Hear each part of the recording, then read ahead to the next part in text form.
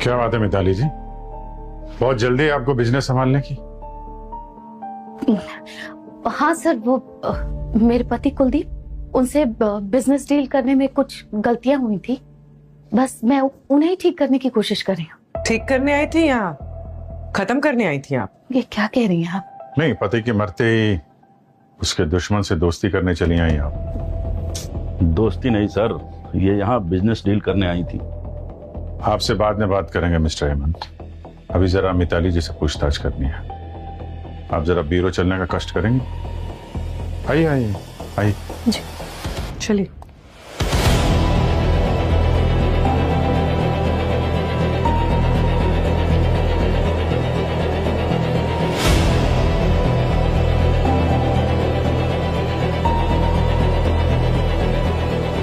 मिताली जी एक बात बताइए, जब कुलदीप मेडिटेशन रूम में था तब आपने उसे फोन किया क्यों, और ये बात हमसे छुपाई क्यों?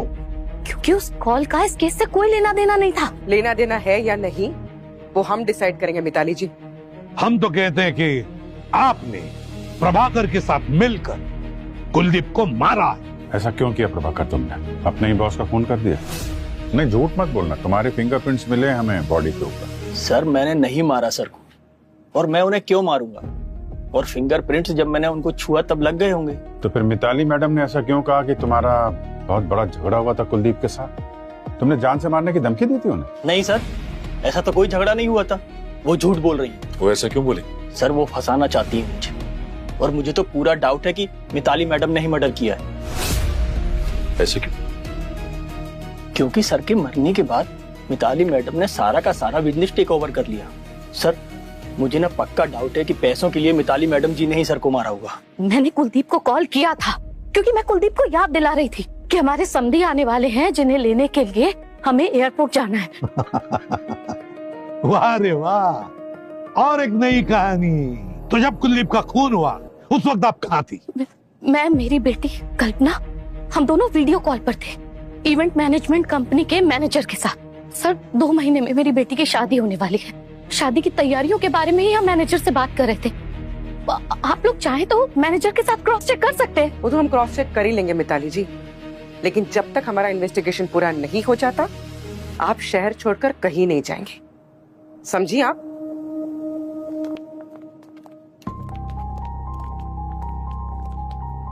सर सर वो लोशन बॉटल जो मिताली ने यूज की थी उस पे स्टेरिक एसिड के ट्रेस नहीं मिले जो हमें बॉडी पे मिले थे। क्या?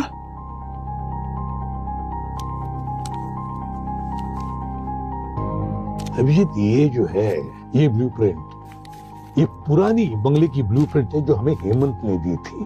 अब इस ब्लूप्रिंट में देखो बंगला और मेडिटेशन रूम अटैच थे, कनेक्टेड थे, लेकिन अब ये देखो ये अब कनेक्शन गया और यहाँ ये वॉल बन गई। तो कहीं ऐसा तो नहीं इस दीवार के साथ किसी ने छेड़खानी की हो? सर हमने जब इन्वेस्टिगेशन की तो सारी दीवारें अच्छे से चेक की, सारी की सारी दीवारें बिल्कुल ओरिजिनल है, सीमेंटेड से, कोई छेड़छाड़ नहीं की गई। लेकिन सर फिर बंद कमरे में खूनी को जमीन निकल गई कि आसमान खा गया?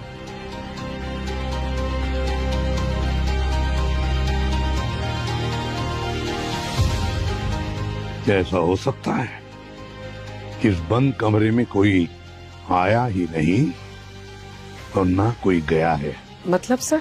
मतलब पूर्वी ये भी हो सकता है कि खूनी पहले से ही इस बंद कमरे में मौजूद था और फिर खून करने के बाद उस बंद कमरे से गया नहीं, वहीं पर रहा उस बंद कमरे में। सर थोड़ा डिटेल में बताइए ना प्लीज सर। पंकज ये है बंगलों के उस कमरे की पुरानी फोटोग्राफ जब बंगला सेल पर था।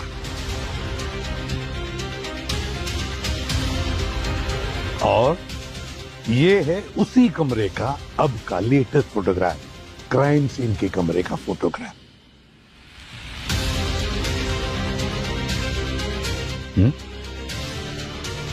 ध्यान से देखो पंकज, इन दोनों फोटोग्राफ में कोई एक चीज है जो मिसिंग है।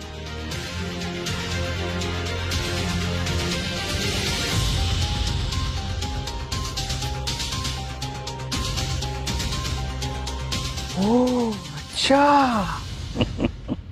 समझ गए पंकज, अगर हमने इस बंगले की पुरानी तस्वीरें नहीं देखी होती तो खूनी का असली खेल क्या है हमें पता ही नहीं चलता। इस फोटोग्राफ में यहां पे एक स्टैचू था।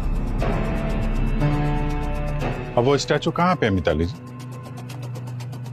वो स्टैचू के बारे में कुलदीप ने बताया था कि वो स्टैचू डैमेज है। हाँ सर, मुझे याद आया। कुलदीप सर ने मुझे बोला था वो स्टैचू को रिपेयर करवाने के लिए। ये मूर्ति टूट गई है, रिपेयर के लिए भेज दो। जी सर। अभी वो स्टैचू कहां है? सर वो स्टैचू मैंने गैराज में रख दिया था। लेकर आओ।